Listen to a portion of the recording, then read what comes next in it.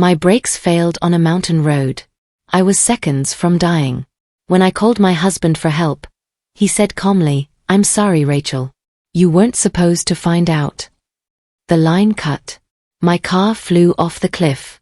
That's when I realized, this wasn't an accident. My husband just tried to kill me. Beeping woke me up. Steady and annoying. My eyelids felt like concrete, but I forced them open. White ceiling. White walls. A nurse in blue scrubs stood beside my bed, checking a monitor. "Where am I?" My voice came out as a whisper. She jumped, nearly dropping her clipboard. "You're awake. Oh my God, you're actually awake." She pressed a button above my head. "You've been in a coma for 8 days, Mrs. Hayes. We didn't think you'd make it." 8 days. The crash came flooding back. Caleb's voice on the phone. The guardrail. The fall. "My husband," I croaked. "Has he been here?" The nurse's face changed. She looked at the floor. He came once. The first day. He signed some papers and left.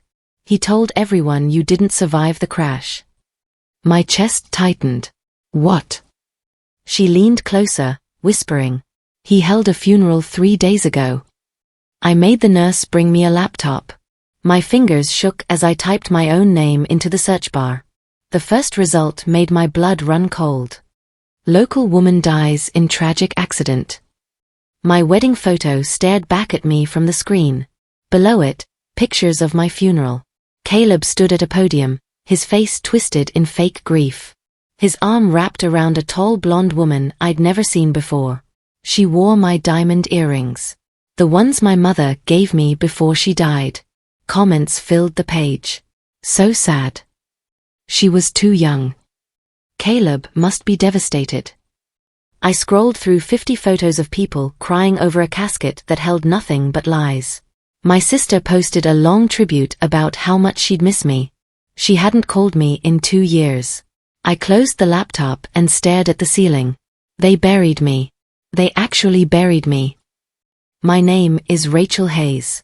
6 months ago, my father died and left me $20 million. Caleb said we should use it to expand his company. I trusted him. I always trusted him. We'd been married for 4 years. High school sweethearts who made it work. He proposed on a beach in California. Said I was his forever. I believed every word. The money went into his business account within a week. He needed it for investors, he said. For growth. For our future. I signed the papers without reading them. I was his wife. His partner. His equal. Except I wasn't. To him, I was just a bank account with a heartbeat. And when I discovered the truth about where the money really went, I became a problem. A problem he tried to solve with cut brake lines and a mountain road. The police report sat on my hospital table. The nurse smuggled it in after I begged. Brake failure caused by mechanical malfunction. No investigation needed. Case closed. I read it 5 times, searching for anything that mentioned foul play. Nothing. The detective's signature sprawled across the bottom. Officer Warren Pierce. I grabbed my phone and dialed the number listed. A gruff voice answered. Pierce speaking. "This is Rachel Hayes," I said slowly. "The woman who supposedly died 8 days ago." Silence. Then a sharp intake of breath. "That's impossible. We identified the body." "You identified ashes. Check your records again. I'm alive, and my husband tried to murder me." I hung up before he could respond. If the police wouldn't help me, I'd handle this myself. Caleb thought he buried his problem. But dead women don't fight back. Living ones do. I checked myself out of the hospital against medical advice. The doctor said I needed another week of observation. I told him I needed to disappear more. The nurse who'd been kind to me drove me to a motel on the edge of town. She didn't ask questions. I paid her $200 in cash and made her promise not to tell anyone I was alive. "Not even the police?" she asked. "Especially not the police." I locked myself in room 12 and stared at the water-stained ceiling. My reflection in the bathroom mirror showed a stranger. Bandages covered half my face. Stitches ran along my hairline. Bruises painted my arms purple and yellow. I looked like someone who died and clawed her way back. Perfect. That's exactly what I needed to be. A ghost with a mission. And ghosts don't play fair. My father's lawyer picked up on the second ring. Theodore Blackwood speaking. Mr. Blackwood, this is Rachel Hayes. He gasped. Rachel? But I attended your funeral. How are you? It's complicated, I cut him off. I need to know about my inheritance. All of it. Papers rustled in the background. Your husband received the full $20 million as your spouse and beneficiary. It transferred to his company account per the documents you both signed. My stomach twisted. What about the trust fund? The one my father set up when I was 16. More rustling. That's separate. $6 million, untouchable until you're 35 or in case of emergency circumstances. Your husband doesn't know about it. Your father made sure of that. I smiled for the first time in 8 days. I need access to that account immediately. And I need you to keep this conversation completely secret. Consider it done. I dyed my hair black in the motel bathroom. The cheap color dripped onto the sink, but I didn't care. Blonde Rachel was dead. This new version needed to be someone else entirely. Someone Caleb would never recognize. I bought colored contacts that turned my green eyes brown. New glasses. Different clothes. A leather jacket instead of my usual cardigans. When I looked in the mirror, I barely knew myself. Good. I opened a new bank account under my mother's maiden name. Ray Donovan. The $6 million transferred in 48 hours. I rented a small apartment 3 towns over. Got a job as a bookkeeper for a local construction firm. Nobody asked questions. Nobody knew me. For the first time in my life, I was completely invisible. And invisible meant powerful. Invisible meant I could watch Caleb without him ever knowing I was there. 3 months passed. I watched Caleb's world from a safe distance. He posted constantly on social media. Pictures of the blonde woman, whose name I learned was Sienna Cross. They vacationed in Italy. Bought a new house. Threw parties with my money. He never mentioned me except in comments. Still missing my angel. Life isn't the same without her. I wanted to vomit every time. Sienna wore my clothes in half the photos. Sat in my spot at our favorite restaurant. Slept in my bed. She had no idea she was dating a murderer. Or maybe she did. Maybe she helped him plan it. I followed them to a charity event one night. Stayed in the parking lot, watching through binoculars. Caleb laughed too loud. Drank too much. His hand never left Sienna's waist.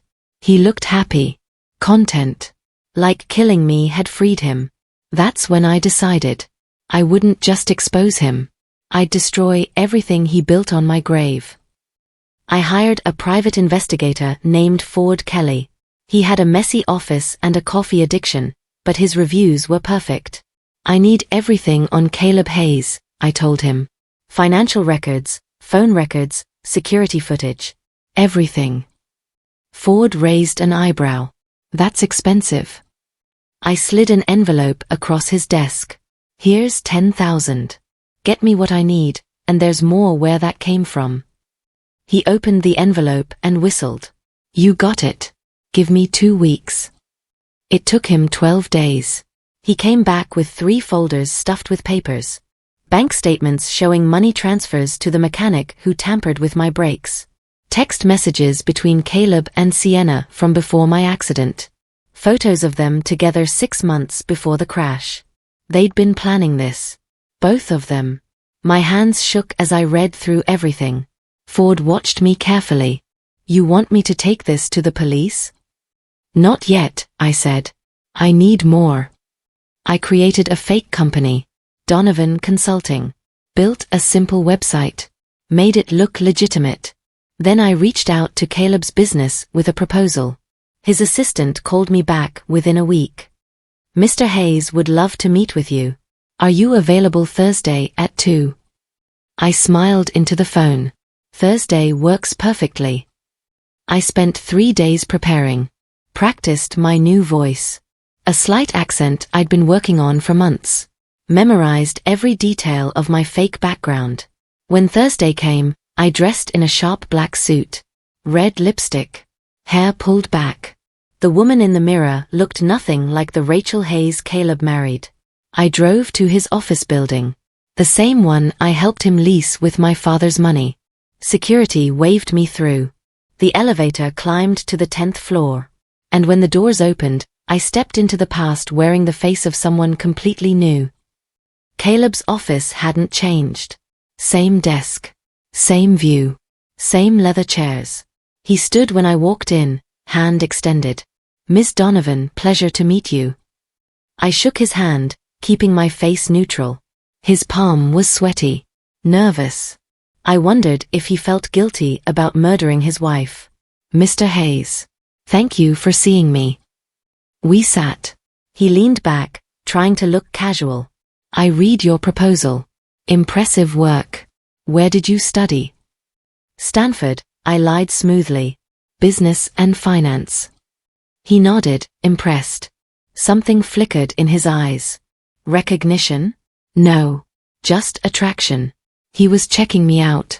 6 months after killing me, and he was already looking at other women. My stomach turned.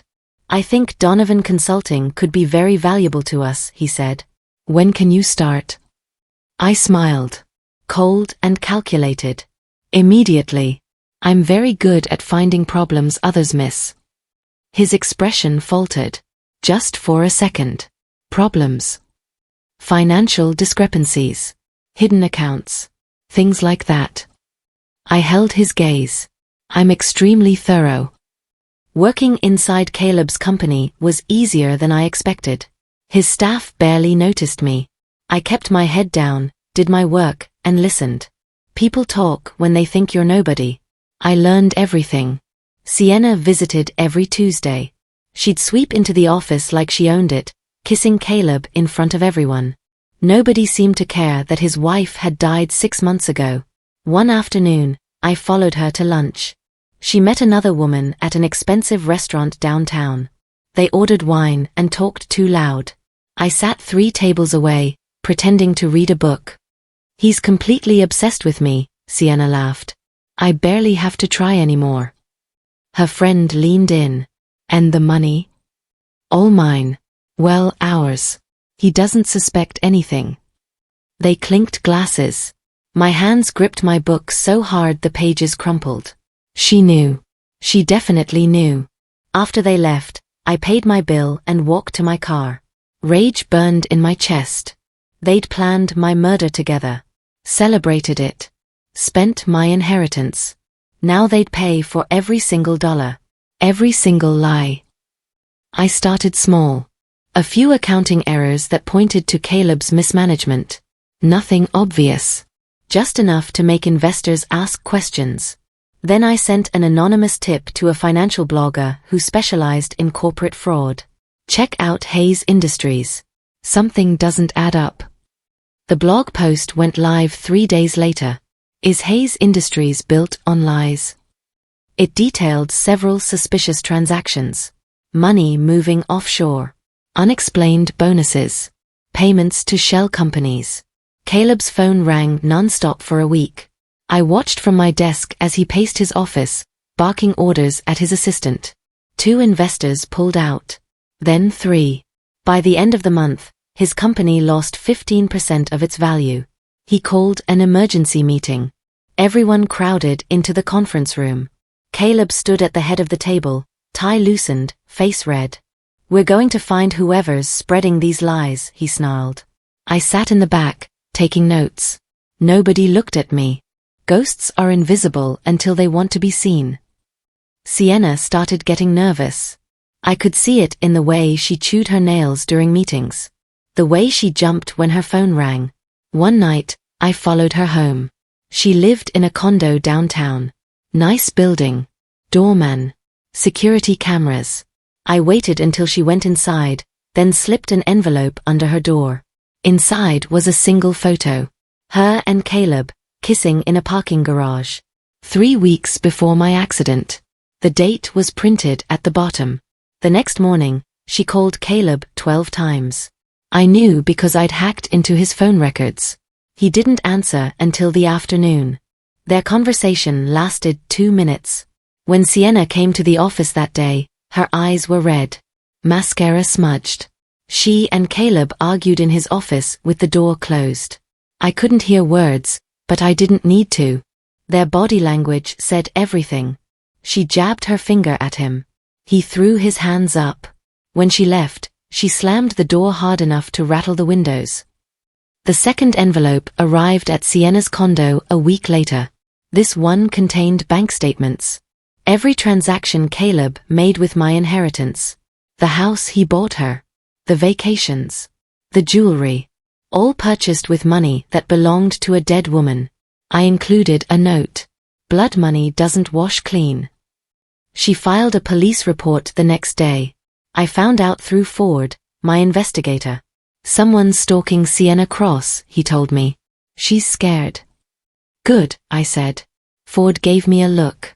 You sure you want to keep pushing? This is getting dangerous. I'm already dead, remember? What else can they do to me? He didn't have an answer for that. 3 days later, Sienna moved out of Caleb's house. She took her things in the middle of the night while he was on a business trip. Social media exploded. Trouble in paradise? The guilt must be eating him alive. Caleb's company stock dropped another 10%. Everything he built on my grave was crumbling. And I hadn't even revealed myself yet. I bought back our old house. The one Caleb sold 2 months after my funeral. Paid cash through a shell company. The new owners were happy to take my offer. They'd heard the neighborhood was going downhill. Funny how rumors spread. I moved in on a Tuesday. Every room smelled like fresh paint, but underneath, I could still feel the memories. The kitchen where we cooked together. The bedroom where we planned our future. The living room where I told him about my father's money. This house used to mean love. Now it just meant strategy. I had security cameras installed. Changed all the locks. Then I sent Caleb a letter. Just an address. Our old address. No signature. No explanation. He showed up 3 days later. I watched on the security camera as he stood on the porch, staring at the door. His hand shook when he rang the bell. Nobody answered. He rang again. Then pounded. Hello? Is someone there? I smiled from my car down the street. Let him wonder. Let him fear. This was just the beginning. The next envelope contained something special. My wedding ring. I'd been wearing it when the crash happened. The hospital gave it to the nurse, who gave it to me. I'd kept it in a box, waiting for the right moment. This was it. I had it delivered to Caleb's office. No note. Just the ring in a white box. His assistant called him out of a meeting. I watched through the glass walls as he opened it. His face went pale. The ring slipped from his fingers and rolled across the desk. He grabbed his phone and dialed. Hung up. Dialed again. Security footage from his office showed him pacing for 20 minutes. Then he grabbed his coat and left. I followed him to a bar downtown. He ordered whiskey. Downed it. Ordered another. His phone sat on the bar, screen facing up. He kept checking it like he expected a call from the dead. Maybe he did. At midnight, he stumbled to his car. I could have called the police. Reported the drunk driver. But that would have been too easy. I needed him awake. Alert. Terrified. I decided it was time. 6 months of planning. 6 months of watching. 6 months of building evidence. Now I'd make them pay. I created an event. A charity gala for a fake foundation. Sent invitations to everyone important in Caleb's life. Business partners. Investors. Friends. Family. The invitation looked expensive. Gold lettering. Heavy cardstock. Most people RSVP'd yes. Who turns down free champagne and networking? Caleb's invitation was special. I hand-delivered it to his office after hours. Left it on his desk where he'd find it first thing in the morning. The card read, "In memory of Rachel Hayes. A celebration of life. Your presence is requested." I signed it with my real name. When Caleb found it the next morning, security cameras caught everything. He read it 3 times, crumpled it up, threw it across the room, then picked it up and read it again. His hands shook. His face turned red. He called Sienna immediately. "We need to talk. Now." The night of the gala, I dressed carefully. A black dress that fit perfectly. Hair styled in loose waves. Makeup covering the last of my scars. The woman in the mirror looked like Rachel Hayes. But stronger. Sharper. Dangerous. I arrived at the venue early. A hotel ballroom downtown. Crystal chandeliers. White tablecloths. A stage at the front with a microphone and a large screen. Everything was perfect. Guests started arriving at 7. I watched from a private room upstairs, waiting. Caleb showed up at 7:30. Sienna wasn't with him. He wore a black suit and a confused expression. Kept looking around like he expected something terrible to happen. He was right. At 8 o'clock, I made my entrance. The room fell silent as I walked down the grand staircase. Every eye turned toward me. Whispers spread like wildfire. "Is that her? That's impossible. She's supposed to be dead." Caleb stood frozen in the center of the room. His champagne glass slipped from his hand and shattered on the marble floor. I walked straight toward him. My heels clicked against the floor. Each step measured. Controlled. Caleb's mouth opened but no sound came out. His face had gone completely white. Around us, people whispered and pointed. Cameras flashed. Someone was definitely recording this. "Hello, Caleb," I said. My voice carried across the silent room. He stumbled backward. "Rachel? You're dead. I buried you." "You buried ashes. I'm very much alive." I smiled. Cold. Calculated. "Did you really think cutting my brakes would work?" Gasps echoed through the ballroom. Someone shouted. Caleb held up his hands. "I don't know what you're talking about. You're confused. The accident wasn't an accident. And you know it." I pulled out my phone. Pressed play on a video file. His voice filled the room through the speakers. "I'm sorry, Rachel. You weren't supposed to find out this way." The recording from our last phone call. The one right before my car went off the cliff. People pulled out their phones. Recording everything. Caleb's face crumbled. "That's not." "I can explain. Explain to them," I said, pointing to the crowd. "Explain how you murdered your wife for her inheritance." I wasn't finished. I walked to the stage and pulled up a presentation on the large screen. Bank statements appeared. Every transaction Caleb made with my money. The payments to the mechanic who cut my brakes. Text messages between him and Sienna planning my death. "She won't suspect anything if it looks like an accident. Make sure there's no evidence." The room exploded. People shouted questions. Investors demanded answers. Caleb tried to run, but security guards I'd hired blocked the exits.